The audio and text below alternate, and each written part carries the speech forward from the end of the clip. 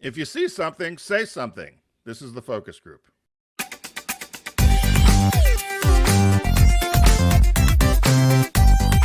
They're all business, except when they're not.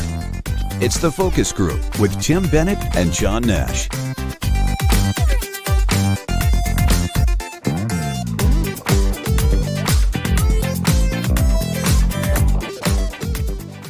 Hello, everybody. Tim Bennett here, as always, with my good friend and co-host, Mr. John T. Nash. We are the Focus Group.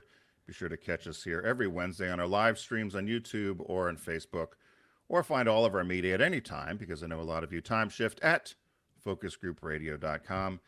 Mr. Nash, and thanks to our friends at Deep Discount, we'll be giving you some recommendations from something John calls Camp Focus Group, some of our movie picks and show picks. And John, I can't believe it's June 15th already. So we're halfway through the Pride, and you got your Happy Pride, there top of the Pride to you boys. Add a shamrock to your Pride costume for good luck.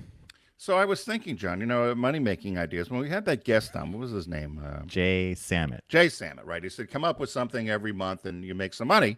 And I'm thinking, as you've done this Pride thing, because I certainly don't have the delivery or the animation that you do, that I think this could be a June thing for us, like Santa Claus. You could go... You could go so around. You're going to pimp me out. You're going to pimp me out. Well, that, and also leprechaun. we could do a little, do you think somebody would buy a Pride leprechaun stuffed animal or something, because they've got the shelf, or the elf on a shelf and the mensch on a bench and these different things. There's nothing for the summer. I would buy. You could be the Pride leprechaun, and we could do a little. Yeah, I think I'm going to write this down. I would buy a pull string toy, like a classic old, like Woody from Toy Story. Happy Pride. And then it could, top of the Pride to you. There has to be 2 or 3 other sayings. There's some other, Well, there's a lot we could do with that. Download your own card. Listen, nobody steal this idea like someone stole the idea for our show, The Focus Group with Tim Bennett and John Nash. There's a woman all over MSNBC, John, that's got Focus Group, that she does this podcast. Now, we've been doing it 15 years. Mm-hmm. But you had made some comment about, trademarking it. But I don't think you trademark it. It'd be like trademarking I Love Lucy. No one else is going to do a show called I Love Lucy, but I've sent her a couple notes. They've been ignored. And you already sent her like the Tim Bennett cease and desist note, right? With our logos. That's the other thing. The typeface she's using is just almost identical, as are the colors. So somebody did something. Remember when remember on SiriusXM, there was some producer or somebody at MSNBC, because they would listen to our show on Saturday, and Monday mornings, all the music that we picked would go out to the breaks on Morning Joe. We could never find out who that was, because we'd pick obscure stuff sometimes, so we knew it wasn't coincidence. It wasn't like we picked. Remember that time that I met obvious. Joe and Mika? She had that cookbook that came out, and I went to a book signing at Barnes and Noble, and I went up to get the book signed or say hello, and I'm like, hey, to Joe Scarborough, I said, you and my co-host share the same birthday, and you're like him, and I'm like Mika. We had this funny little conversation. Could you imagine in reality after I walked away, like, that's the guy we're stealing the stuff from? And they're getting, and Joe gets paid $99, or he did before, they've grown substantially, but $100,000 a day. $100,000 a day for their show. No, well, just Joe. That's his payment. Wow. Or maybe it's a week. It's $100,000 a week. Yeah, that's what it is. $100 a week. So 5 days, $20,000 a day. Not bad. Wow. That's all I'm going to say. I'm sure it's a lot more than that now. I'd be happy with doing his job for 6 weeks, call it a day, take the rest of the year off, right? I've got to be, I don't have math quick in my head, and so people are screaming listening, but they probably, their contracts are probably 3, 4, 5 million or more, is my guess. I'd have to look. Yeah, and that if you broke it down to a daily or weekly rate, that's what you get. I don't know what the numbers are. You and I were never great in math, thanks to our school system in Region But we 15. can certainly invent characters. Happy Pride. So, John, I'm thinking of this now. So I love the pull toy ideas, or the pull string. Yeah. The leprechaun says, top of the Pride to you. Maybe you could go to do story times. The drag queens are getting kicked out of all these places because the right wing has gone nutso about drag queen story hour. You could be the Pride leprechaun.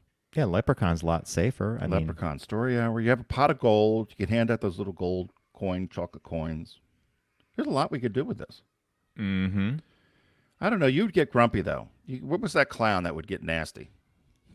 Hojo, the birthday clown. Was it Happy the Clown or something? We get mad once in a while. Was that in Living Color? It was Krusty the Clown or something, He was right? not happy. He'd get to birthday parties and lay down the law. Just sit down and crack the kids in the head with his balloon or something. A beanbag. Yeah, you have to be happy all the time. So June would be your month, John. That would be when you make your coin. Mm-hmm. You'd be like Vanna and Pat Sajak when they just do all of the Wheel of Fortune in 30 days. Done. Make their They money do that for the year. for like 5 months weeks, at a 6 time. weeks. Yeah. Yeah, they just do it all in like 1 month and they're done. For the whole year? What a gig that is. Yeah. They tape 3 or 4 or 5 shows a day. And they do that for 30. Somebody told me it's 5 or 6 weeks schedule. So you work bell to bell all that time. And then, change your costume. Yeah. Yeah. So, even though it's this Christmas, it's Thanksgiving, it's spring is here, it's boom, boom, boom. So anyway, we're going to get you set up. I'm going to see if we're going to have to find a booking. Maybe Orbitz can handle your travel and your lodging. Maybe Orbitz. Maybe we'll put you in an electric Subaru. Did you see the electric Subaru came out? That Solterra. It's $54,000. And it's not hybrid. It's full battery. It's full battery, but I was listening to a Consumer Report about it, and there's a little concern that Toyota had a little too much involvement in it. It's a joint project with Toyota, and they said some of the IP, the instrument panel, was a little clumsy, like at Toyota. If you're used to the Subaru one, it's similar to what's happening with a lot of these cars. Maybe the range is not what people would like it to be, and that's been the biggest impediment, I think, to people getting into these electric cars, is not being able to either have the range or get them charged quick. So I want to get an electric car, but it's still shaking out. What is the range for the new one? So the Subaru one is all-wheel drive, so there's 2 motors. There's 2 electric motors, so 2 batteries, so the front wheels and the back wheels. The range is probably in the mid to high 2s. Wow, okay. So still, you could make it... for instance, if you were driving a couple hours on a highway upstate, you'd be fine. You just have to plug it in before you came back, which would be fine. But if you were going to make a long trip somewhere, for me, if I was in Delaware and wanted to drive to Connecticut, it would probably be. We saw somebody in the dead of winter or in the hot of summer with using the air conditioning or the heater, that they had to stop and charge it somewhere in Jersey. I don't want to sit around for 4 hours charging a car. And is it that long to charge? Well, this one it was in particular, but that's the wild card, isn't it? Can you get a fast charge in 20 minutes if you just stop to get use the restroom and get a bottle of water or something, or you're going to have to sit and wait. You see the charging stations at a lot of these convenience stores. Mm-hmm. Yep. So of course in California, you and I couldn't find any. We were driving that Volkswagen out there. Yeah, we thought that was the land of chargers. That's why we chose to test drive in that city, because we thought, well, everyone's going to be electric. Chargers everywhere. Right. We'd have been better off in Arkansas. Anyway, Mr. Nash, what caught your eye this week? What caught your eye? Here's what Tim and John found. Okay. I think many have seen this on national news. It caught my eye for a specific reason. But here we go. A bunch of guys they stole a $4,200 bottle of liquor from a store down in Houston, Texas. You know about this? No, but I'm reading the headline and laughing. Okay, so authorities in Houston are searching for 3 men caught on camera robbing a liquor store and fleeing with a cheap decoy liquor bottle they presumably believed to be real. The incident occurred in the late afternoon on May 23rd when the Houston Police Department says 3 unidentified males walked into a liquor store and crowded around a locked display case of alcohol. The men then reportedly asked about a $4,200 bottle that was in the case, and an employee of the store came over and unlocked the case. One of the men then grabbed the bottle while another one grabbed another box of the same liquor. The store says that the box which the man dropped before exiting was empty, and the bottle that was taken was a decoy bottle that was worth far less than $4,200. The 3 men are still at large. They're offering a cash reward of $5,000 for Crime Stoppers of Houston, if you would know anything about this. So the reason this caught my eye is because many, many, many years ago, our friend Tony, Tony, yep. Trish and I were down in South Beach on one of our little weekend getaways, and we were at a restaurant where he knew the general manager, and we were being treated great, just amazing service. The GM kept coming over and talking to us because he knew Tony from his days working in New York.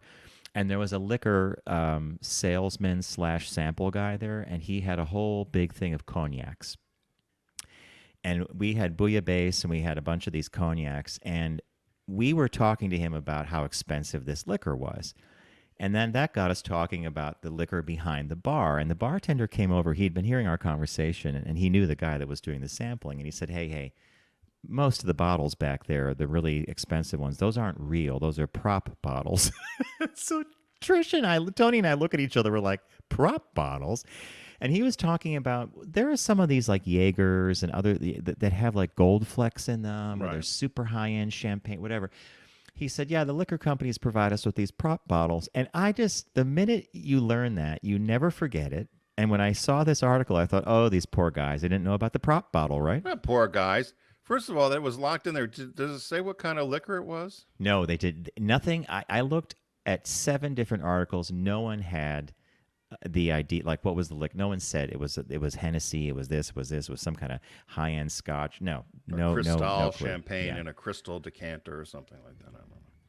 I laughed. I laughed at the headline. I think that stuff's great.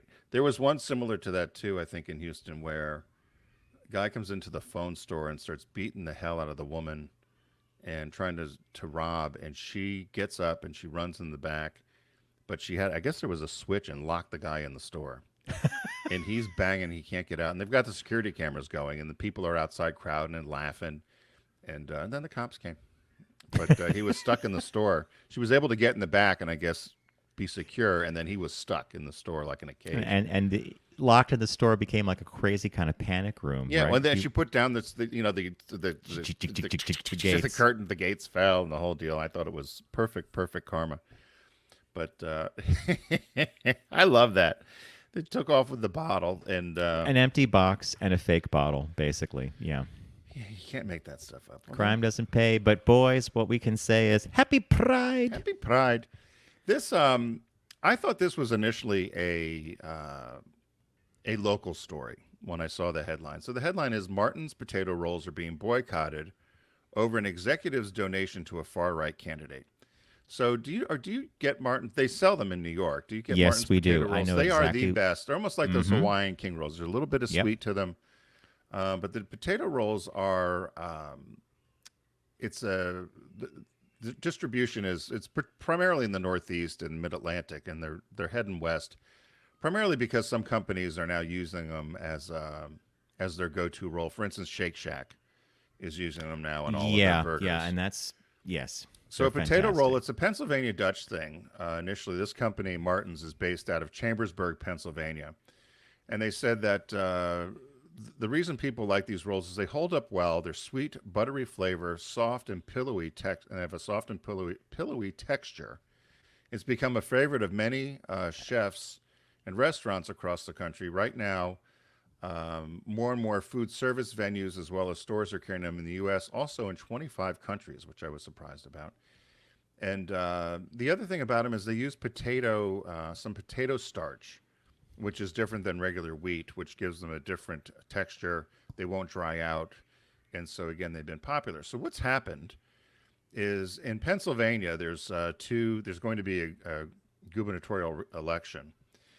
And the Republican candidate is Mastriano. Doug Mastriano, who paid for the buses and is pictured at the U.S. Capitol when he was a tourist on January 6th in 2021, the day of the insurrection. He's been questioned by the FBI. A lot of people in Pennsylvania felt he should have been indicted or arrested for his work. And he promises if he wins election in Pennsylvania, he's going to make everybody re-register to vote again. He's throwing out all the voter rolls. He's going to get rid of critical race theory, which doesn't exist in Pennsylvania. I mean, so all these, he's got all the talking points, the nonsense talking points. In other words, he's totally on the bandwagon of all the conspiracy crap. He's a conspiracy nut. Yeah. He was one of the ones that went to the White House after the election, trying to get fake delegates for Pennsylvania for the Electoral College. Anyway, so he wins the primary in Pennsylvania. So that they don't call it Pennsylvania for nothing. You got Philadelphia and Pittsburgh and Kentucky. Well, in the middle. he won the Republican primary. Republican primary, Yeah. right? So he's running against another guy, Josh Shapiro, as Attorney General, which seems to be the favorite, but you never know with this gang. So that's why it's important to vote, people, and you need to get out there and vote with not only your wallet but also with your power of at the ballot box. So this executive, Jim Martin at Martin's Potato Rolls, gave $100,000 to the candidate. Wow. And this watchdog group or news group called Billy Penn had found out about it, and they've now alerted everybody. And so the boycotts have started. And a number of chefs had said, famous chefs, had said they were going to stop using the rolls. And they've talked to Shake Shack about it. And interestingly, Shake Shack said that although they famously used the potato rolls, their statement was, and they did not address the donation to Mastriano. It says, Shake Shack has always championed equality, inclusion, and belonging at our company. And we know these values are important to our guests and team members. Shake Shack does not make political donations, nor does the company endorse the political donations of private individuals. In regards to the actions of individuals associated with Martin's company and their personal political donations, those are the choices of those individuals and do not express the values of Shake Shack. We continue to be active and have conversations with Martin's to express our concern. Boy, is that a statement, huh? So, and then Martin's went on and said, like the rest of the country, Martin's employees, business partners, and customers hold a diverse range of personal opinions, beliefs, and values. Although the stakeholders who own the company are members of the same family, they also hold a wide range of views, the statement read. For these reasons, the company, as a matter of policy, does not support any particular candidate or party. As I said, they're made in Chambersburg, PA. So I went to their website, and of course, in their mission statement, at the very end, it says, the Martins have never lost sight of their faith in God, their dedication to family, and their rigorous dedication to baking the best products. That was a little bit of a red flag for me. I still think the Shake Shack duck is the best one. That one where they just danced around, tap, tap, tap. Basically, they keep saying over and over that everybody has different opinions, but if a vendor of ours has opinions different than yours, that's the vendor's opinion, not our opinion. We're still going to buy the product. So I was a fan of Martin's Potato Rolls. There's a number of other companies that sell these. There's one called Schmidt's down here in the area I'm in. That's a competitor. So similar to me, I will not. I still drive by Exxon gas stations. I think once in 25 years I went if it was an emergency. I stopped buying Barilla pasta. I stopped buying Ocean Spray. Ocean Spray cranberry juice. I stopped buying Peeps. Ocean Spray has apparently seen the light, from what many say, but it's still as a it's like with the Coors beer thing, right? There are people that will not drink Coors because of the boycott all the way from the early 90s, right? Even though they changed their positions, and people can change and their policies can change. But so you got to find a new potato roll, John. Bottom line. Which is a shame because the Martins happen to be pretty darn good, right? Yeah, there are other ones though, so you'll have to take a look. And I'm curious to see if this one will hold. I don't know. What do you think? You know, boycotts are so funny, right? Either they work or they don't. And this is a potato roll. I wonder if you're in the bread aisle and you need buns and it was this or some little stale looking thing, you'd probably still overcome your horror and buy the Martins, right? Yeah. Or you're not going to, now I haven't been to Shake Shack in a while, but, or you're not going to go to Shake Shack because they're using the buns. True. So I was surprised to hear that's what Shake Shack used. Uses as their primary bun, yeah. Are they still open in Manhattan? Oh yeah. They're quite popular. Yeah. Have you been or you've been recently? I wanted to whenever go we go to Shake Shack, it's up at Saratoga. They have a Shake okay. Shack at the racetrack, and it's my mom's favorite chicken sandwich. And to pick Really? up from last week's show, where my mom has the water? best water, then she knows where the best grilled chicken sandwiches. That would be the Shake Shack at Saratoga's racetrack. Really? Is it I'll fried bring my or own is it bottled grilled? water, thank you, and I'll get a. Is it fried or grilled? It's I think it's grilled. You know, we could add my mom's water, maybe the leprechaun. Happy Pride! Have some of the best water and a Martin's potato roll. When I was in college, there was a kid, I still remember his name, Kelt Naylor. I'm saying it backwards. I could see how you would get that screwed up. So Kelt Naylor, and he was from Vermont, and in the mornings when we would have pancakes or waffles, he'd bring his own Vermont syrup. And here we are out in Ohio, and he'd come That's in with clever, though. He'd come in with his thing of syrup. He goes, I'm not eating that horrible syrup. And I used to laugh about it. But yeah, Vermonters take their syrup very seriously. Very seriously, yeah. So, hey, as many of you know, friends of ours here in the focus group, Deep Discount, and they've been with us for quite some time here. We appreciate their support, and we appreciate you supporting them by heading over to focusgroupradio.com, clicking on the Deep Discount logo, and start shopping away. Right now, they have a site-wide summer sale, which is going on through June 30th, and it's a great time to add to your collection or pick up some gifts for the recent grad, or to add to your library collection, or to do some holiday shopping early. So head over to focusgroupradio.com and click on the Deep Discount logo and take advantage of the site-wide summer sale. What did you find this week, Mr. Nash? Well, in the spirit of our Camp Focus Group movie list, and Lauren, our dear friend over at Deep Discount, has asked us about this before. I think we have enough to actually have our own dedicated page, That would be like fun. a focus group, Camp Focus Group movie page. Not all these films are always available because studios obviously have a release schedule and sometimes they're not in the release. But I picked a movie that I saw about 2 years ago on PBS. Hard to find, and almost impossible. And in fact, this is a made-to-order disc, so it's called the Special Order. And Deep Discount produces this. And in other words, when you order it, they actually create the disc and put it in its packaging and send it out to you. And the movie is called Word Is Out, Stories of Some of Our Lives. This was released in 1977. In this documentary, and Tim, it's right up your alley, it's a documentary, an extremely disparate group of gay and lesbian individuals engages in a series of interviews on topics such as bigotry, stereotyping, their own personal relationships, and how coming out changed their lives. The participants include white-collar workers, former members of the U.S. military, factory laborers, a filmmaker, and a transvestite performer. They range in age from young adults to senior citizens and represent many races, ethnicities, and economic backgrounds. Bob, what happened was we were like reeling through this channels, and suddenly Bob said, stop, go back. And we went to the PBS station. We were upstate at the time. And he goes, I remember seeing this movie in the late 70s, early 80s. He said, and it really affected me because these are normal people talking about their lives, about what it meant to be LGBTQ, which we didn't even use those terms back then.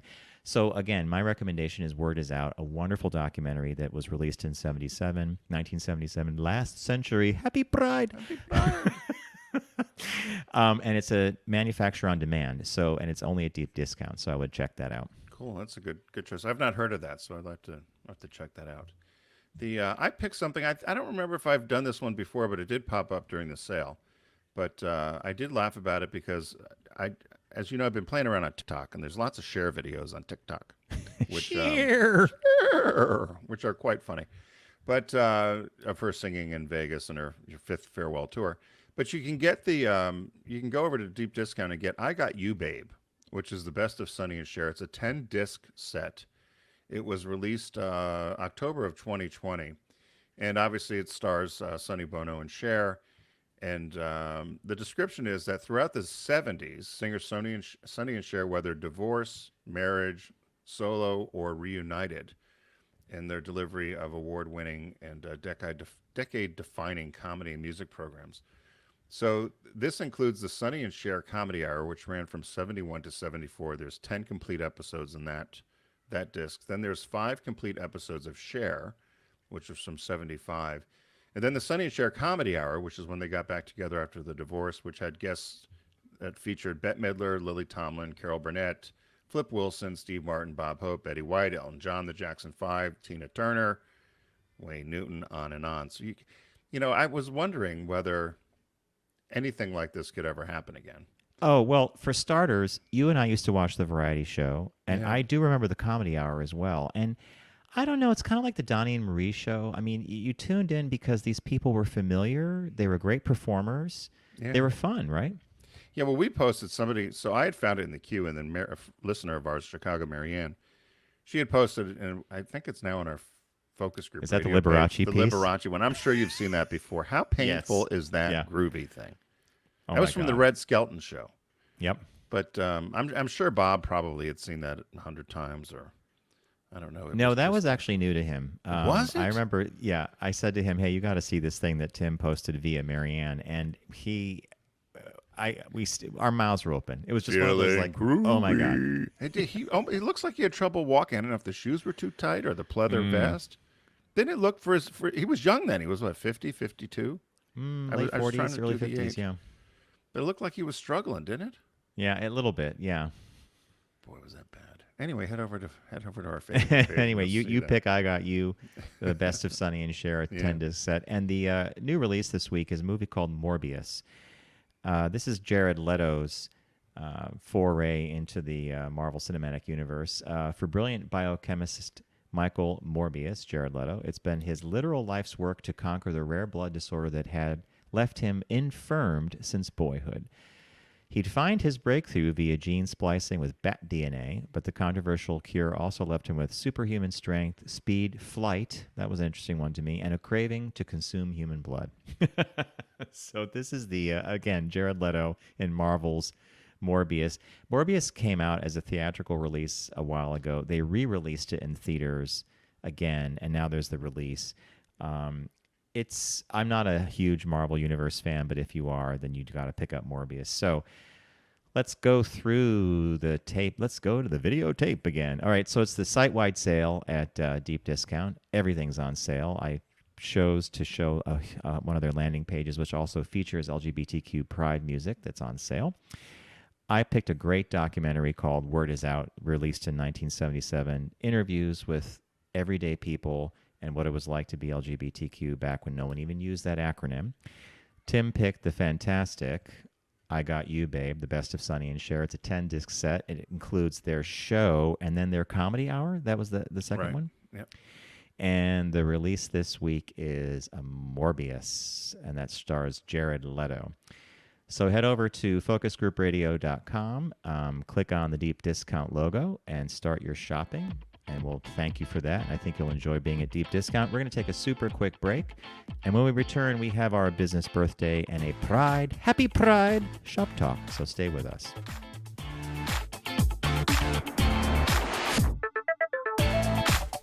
You're listening to The Focus Group with Tim and John. Learn more at focusgroupradio.com.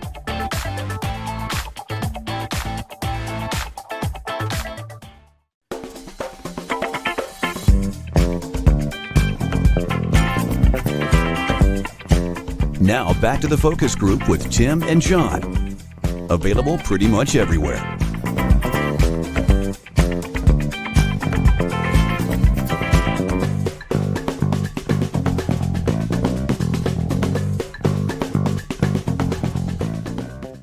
Everybody, welcome back to the Focus Group. Tim Bennett here with John T. Nash. We are the Focus Group in our 15th year, which I'd like to say. Somebody said, really? I said, yes. You and I have been doing this for a while now, Mr. Nash. You know, we have. And you know what I was remembering? I don't know why, but I woke up on Sunday morning with a vivid memory of one of our Christmas parties at Sirius XM. I remember the big double-decker lobby in the glass studio. And it was the party. Well, I think both parties we had live music and the singing and, you know. Yeah, Michael Richard Kelly, he came up. Right. Kelly Cataldi. Yeah. It's Michael Richard Kelly now. He's divorced. Really? Yeah. Got divorced. So. Oh, okay. That was a shoe that dropped. Yeah, no, so now what his stage name is. So he's using Michael Richard Kelly. So he took the Cataldi off because their name was hyphened. But, yeah, no, he did this Christmas. He sang with us for 2 years in a row and had Tom Adams, who was Bette Midler's pianist. Tom was great. And, yeah, it was those were parties, and it was the Manhattans we were serving. You would bring stuff up, the cookie platters from Costco. We had giveaways. Santa hats for kids. And we had all our guests from the year would show up and big party. Man, we spent some money. Oh, we would hear later from staff that we really knew how to do a party, particularly Dave, who was one of the directors of the program. He's like, yeah, you guys do something on a Saturday. I got to come in for that party. He did come in one year, right? Yeah. No, it was a lot of fun. It was and it was an appreciation to our fans and our guests, and no, it was always a good time with the days at Sirius XM. I understand things aren't certainly the way they used to be there. You know, Tim, we were there at a very unique time. The satellites were absolutely necessary for that programming. This is before we really had the great coverage we do now with cell phones, and the cars could pick this up. You know, they're really pushing the app now because I don't know how often. Well, you and I have subscriptions, but I got to tell you, I find sometimes that I've taken to your Amazon Music Right. as a recommendation. I find a lot of great stuff on there. Yeah. Like I haven't not found something I wanted to listen to. You could do Pandora. There's so many, and you know, Sirius is part owner of Pandora, so they're involved there. But challenging to get people to pay attention to media at any level, right? Yeah, I wonder what's going to happen. I know they've added a podcast channel there now. And but I'm curious to see what happens to that sort of media because, as you said, those satellites are millions of dollars to have to put in the air, and you don't really need that anymore, do you? Not anymore. No. So the satellite radio thing, And the unless they kind of just radio you collapse and I everything. did, we Yeah. were very car based. You know, our show was Saturdays from 11 to 1. We had the third, we were told once, the third best time in radio. The first Right. was drive time in the morning, the second was drive time in the afternoon, and the third was Saturday morning, our mornings. slot. And that's when people are running errands and doing stuff. Callers from all over the country, wonderful listeners who are still listening today. I can Yeah. tell you that. But it was really great to be able to hear them call in. You know, and then we would have regulars, the truckers who would do the horns. And you know, I still want to ride in the cab of a truck. I know, which we never got we never got you the ride. Well, someday maybe we'll do that. Have to still get you in a big wheeler. I don't know. We were wondering if they pulled up in front of what was it, 59th Avenue? I don't know, were we in 58th, 59th, and then We were on 51st Street and 51st 6th, yeah. Street, and they could have looped you around. I don't know if you could have taken the big rig. Maybe on a Saturday you could have looped around. Somebody pulled You would off. have had to drive out to like a truck stop somewhere on 95, right? Tim, and pick come up get the- me. Yeah, I don't know how that would have ended. So, okay, well, let's do our business birthday. Everyone does celebrity birthday greetings, but the Focus Group is the only show in the universe that celebrates business birthdays. So today is June 15th, Wednesday. As we said, middle of the month. Happy Pride. Happy Pride. Happy Pride. Happy Pride. There you go. So Bob Wian, he's the founder of Bob's Big Boy and the national Big Boy chain. He also invented the double-decker hamburger.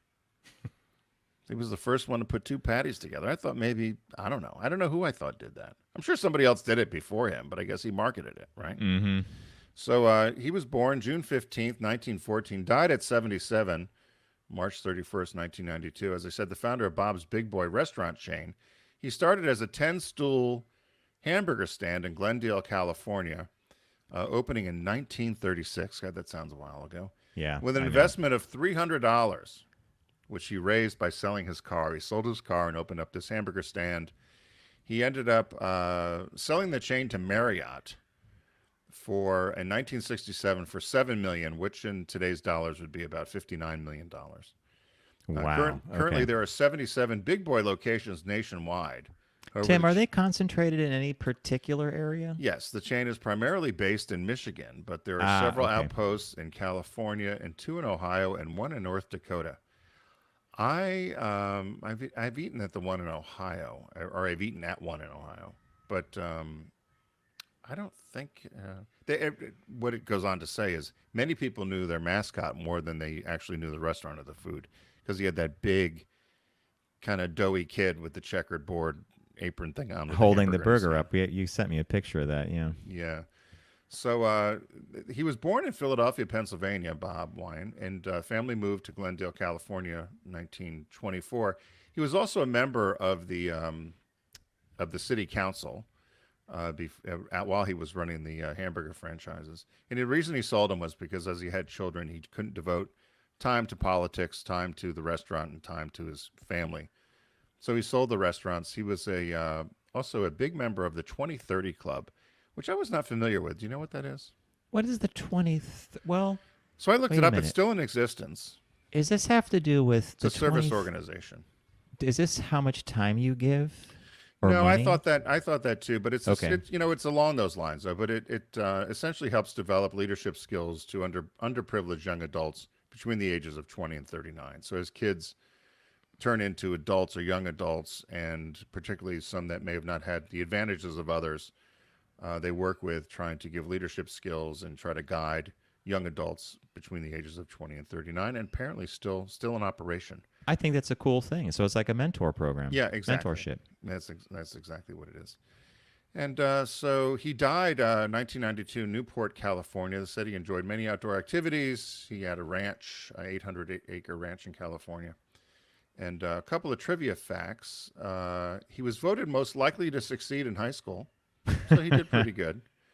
As I said, he started the investment with $7 million, or sold the investment for $7 million after starting it for $300. And one thing did just happen recently with the chain since Marriott had it. So in the headline, this was in 2020, it says, after nearly a century of service, Big Boy is out. So all these chains, you remember, everybody's getting rid of their mascots. So is that why you sent that other picture of a girl mascot?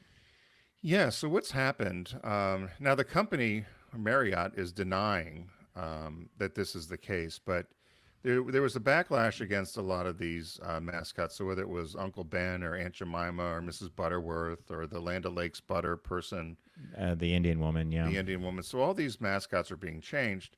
So as that was going on, Big Boy restaurants decided they were going to change their mascot and make it this little blonde-haired girl, Dolly, with blonde hair and blue eyes. And nobody could quite figure out why they were doing that. And they said that it was strictly done, that she wasn't new. They said she was introduced years ago in a little kind of comic book they had at the restaurant they gave out called The Adventures of Big Boy.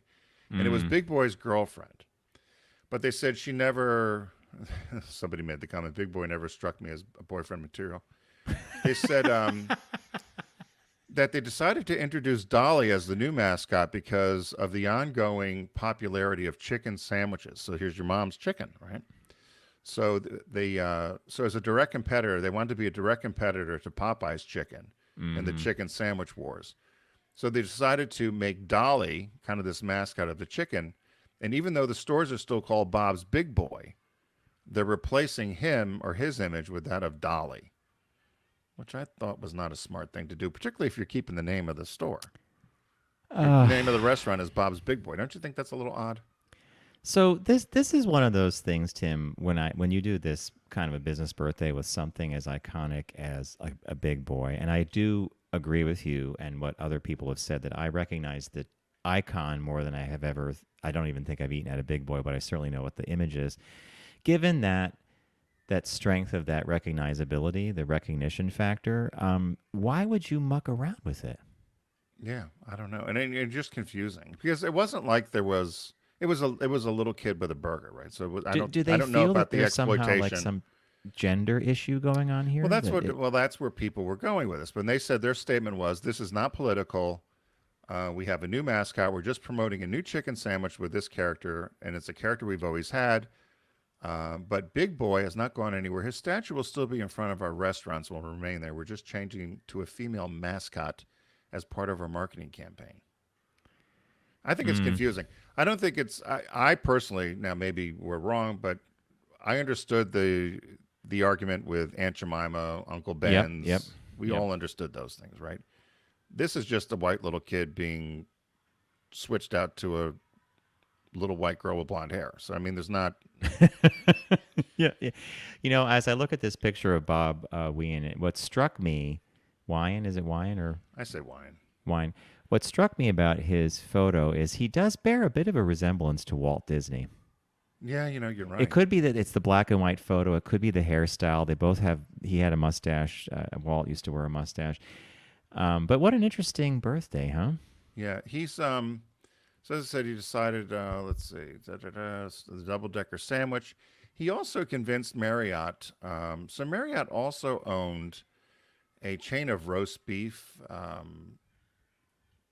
fast food restaurants, and so Bob Wian convinced them to ask Roy Rogers if they could use his name. I was literally going to say, okay. Yeah, he was friends with Roy Rogers, so they said that he actually had convinced them to contact them to change the name, because they said before that it was called, so it said, as a board member, Wian recommended that Marriott approach his friend Roy Rogers about using his name to rebrand the corporation's Roby's roast beef chain. It was called Roby's. Wow, okay. So that's where Roy Rogers came from. Interesting. So yeah. So anyway, that's happy birthday, Mr. Wian. Nice one. Good one. I don't think we've ever had him before. No. No, I've been trying to, as you know, we dig for these things, but You're gonna have to change this to like number of days or it takes longer and longer because there are many that we've done already. And, Yes. but I Yeah. still keep adding them, John, in the hopes that the calendar of the book or something happens. But anyway, they're all we have them all saved, and I do check if there's repeats. I check the dates against our master list of birthdays. So there you go. So hey, the our shop talk this week, John had found, and we've had this discussion on and off, or similar discussions on and off around this.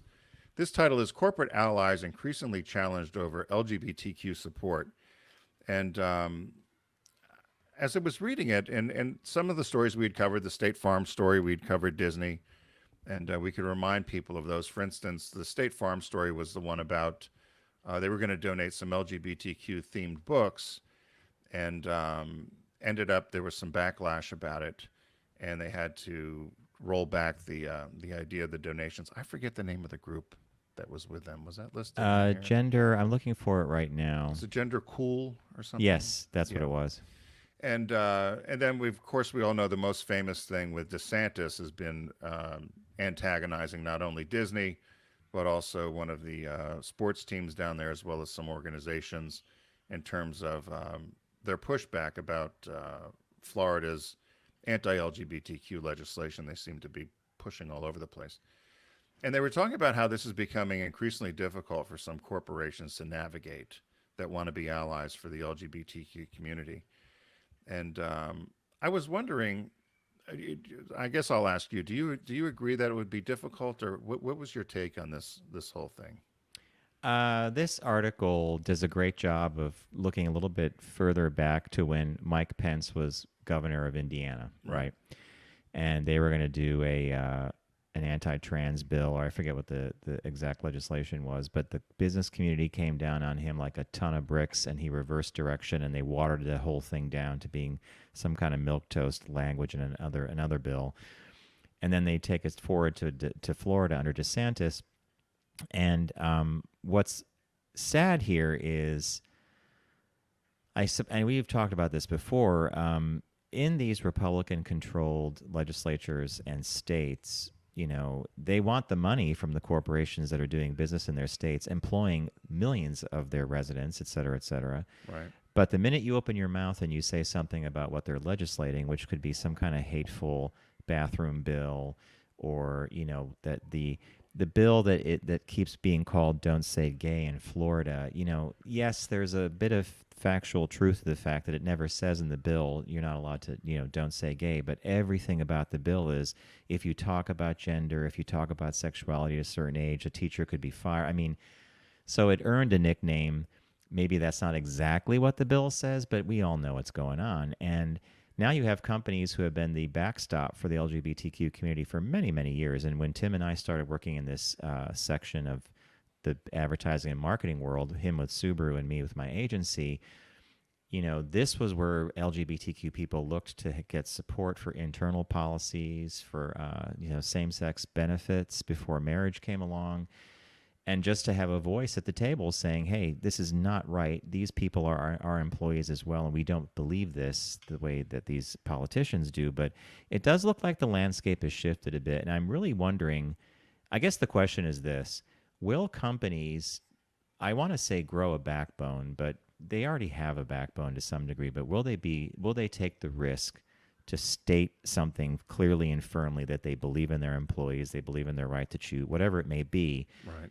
in the face of this horrible blowback they can get? Yeah, and that's that's always been the delicate dance. I mean, last week we had talked about corporations that were giving donations to both sides of the political fence, and how it's sometimes necessary because many things are nuanced, or it's not just simply about one issue, although there are people that vote on one issue. But it's I was trying to figure if I was part of the whole Disney thing. To me, and what's gone on in Florida was, I don't want to say just confusing. It was somewhat confusing, but it seemed like nobody ended up being happy, right? Disney was not happy. Disney employees were not happy. Florida's not happy.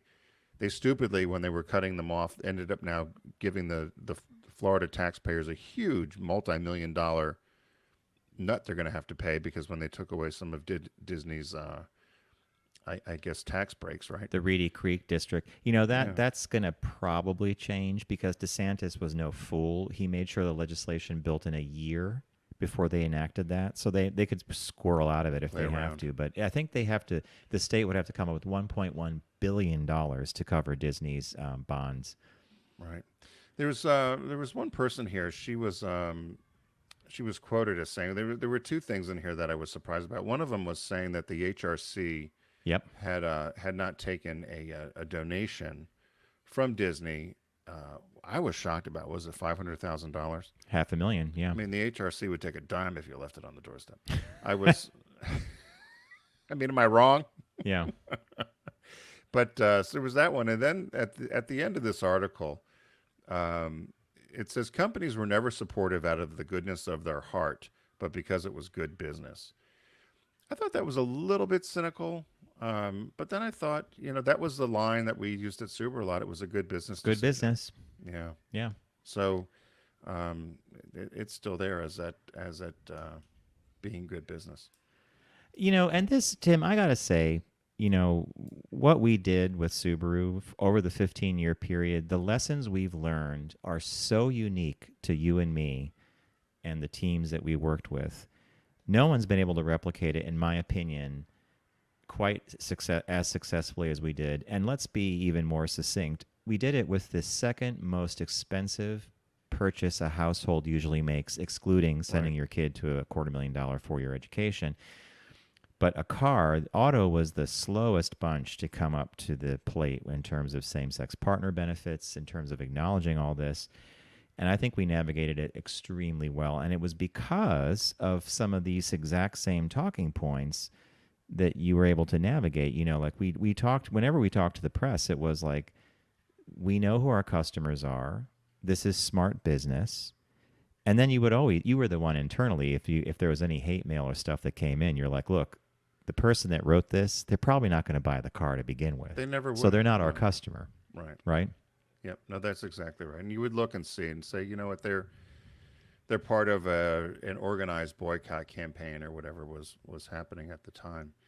Is it appropriate for LGBTQ employees of some of these large companies to have an expectation that the company is going to somehow speak on their behalf, or B, do they expect it to do more? And I think when you talk about Disney, I think the real interesting thing about Disney was the behind-the-scenes former chief executive Bob Iger versus Bob Chapek, who got handed the baton several months ago. And according to some of the stuff that I've read, Bob Iger, if he were still chairman of Disney, this would never have happened. Right. He would have back-channeled. He would have talked to the Florida legislature. He would have made a statement internally about their thoughts on this bill. But Chapek didn't do anything until after the bill was actually on the governor's desk, and then only said something the day after it was signed or something. So, yeah, the optics were bad. What I find out about Florida in general, and other people have mentioned this, it's an odd state in that it's a southern state, but not really in many regards, right? But it is in many regards too, I suppose. But different than a North Carolina, South Carolina, Alabama, Louisiana, traditional southern belt. There's so many people that have relocated there from other places, particularly from blue states. Yeah. That I often wonder how and there's certainly very, Miami, a bustling cosmopolitan sort of place, the Lauderdale and Palm Beach. I often wonder how there's traction for some of this legislation, and people just don't say, you know what, you don't hear about this coming out of other states per se. No. A little bit out of Texas, right? But yeah, where is it all coming? I don't know where the anger or where DeSantis, unless he's doing this because I guess he's the biggest challenge to Donald Trump for the nomination in 2024. Is that the... Yes, that is absolutely correct. So that's what this is all about, really? Probably. And right? And Florida is such a perplexing... You bring up such a great thing. I know huge numbers of LGBTQ citizenry that lives in Florida, right? Yeah. I mean, you could look at Wilton Manor, Lauderdale, South Beach. You could go to the west side of the coast of Florida, quieter over there. And I hear nothing but, oh, Florida's St. great. It's Petersburg, very... Tampa, Yeah, Naples. exactly. Yeah, So there's lots where of- this comes from, well, I don't know. There was a great article that I just read this weekend about a woman who moved from upstate New York to Charleston, South Carolina. She survived exactly 2.5 years. And she's moving back. She's moving Where'd to she New move York from? City. Upstate New York. She didn't name the town, but my guess is she was near Rochester or Binghamton. She said it was a fairly mid-sized city, cosmopolitan. She moved down to Charleston. She said, first and foremost, if you've never lived through the heat of a southern summer, then you do not understand that it's literally like walking out of your home into a furnace. She said, in New York, you get a couple hot days, get a heat wave. She said, but it was there from, she said, May or June all the way through to August, September. And so you felt trapped in your home. That she said ultimately what made her and her family move back was the fact that she didn't know.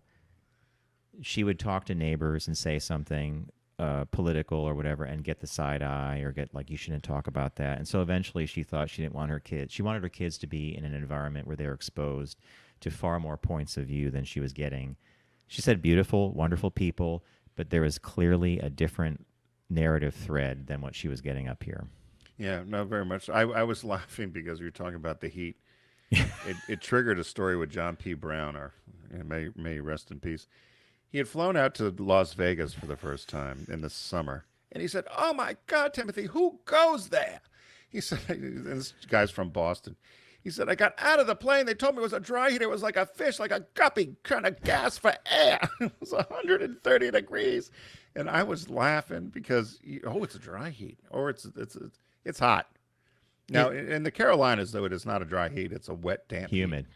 Very But, humid. Even out west now, because of the introduction of all the little lawns and golf courses, it's getting too much water in the atmosphere, I think. Although they're having horrible droughts. I was just talking to someone from Palm Springs over the weekend that they had 1/10 of an inch of rain. 1/10 so far this year. Yeah. You and I always talk about the springs. They all talk about the aquifer is going to drain someday. They still fill their pools. I can't figure it out. Yeah. I can't. And you saw Lake Mead recently, right? Yeah, it's sad. I mean, I don't know. The last time you and I were at Hoover Dam Yeah. with Brian and Bob, and we were out at I think we were doing Temptation Sundays out at Luxor. The water was below that white chalk line, kind of like that discoloration of the rock, but it was still substantial. So to see the pictures now, I'm like, oh my God, it's crazy. I don't know how it ever gets unless there's some sort of huge change in the climate pattern. Massive weather event would have to generate tons of snow in the Rockies, a lot of melt off, and then it would have to do that consistently for 2 or 3 years At least. in order to get the water levels back to where they were. Because the before. populations are growing too, right? Yeah. Hence the gas prices, which that'll be another show, I suppose. I notice it, but this is, again, another article I read. If Americans are under the illusion that this is the only part of the world that is experiencing high energy prices and inflation, think again. It's all over the world. They're blaming China because China's opening up and they're using gas. Mm-hmm. Using more oil. Yep. So, well, there you go. So that was a look at companies as they thread the needle on a very delicate situation, which is they want to support their employees. Many companies really do a great job with their LGBTQ members and staff, but they face local issues in politics that could force them to either not be as vocal or take different stances. We hope not, but we'll have to keep an eye on that. So That was Shop Talk. So thanks for joining us today, folks. We want to encourage you to visit Deep Discount by going to focusgroupradio.com and clicking on the Deep Discount logo. It's a site-wide sale. I picked a movie called In Our Words, documentary about focusing on LGBTQ individuals from the 70s. It's really worth watching. Tim picked I Got You, Babe, which is a 10-disc set about the Sonny and Cher show and their follow-up, the Comedy Hour. And the new release this week is Morbius. So we would like to remind everybody, I'll put up the little graphic here, to don't text and drive, arrive alive. I'm seeing a little less texting on the road lately. I don't know if that's me or not. Somebody down here just drove through the Xfinity stores buildings. I had to return some gear, and it's closed. I said, it can't be closed. Richard goes, it's closed. I said, and so then I found out someone drove through the window. Probably their bill was too high. Okay, or they were texting and driving. All right, so Be safe. Happy Pride, the Pride Leprechaun says. Top of the Pride to you. And we'll see you next week.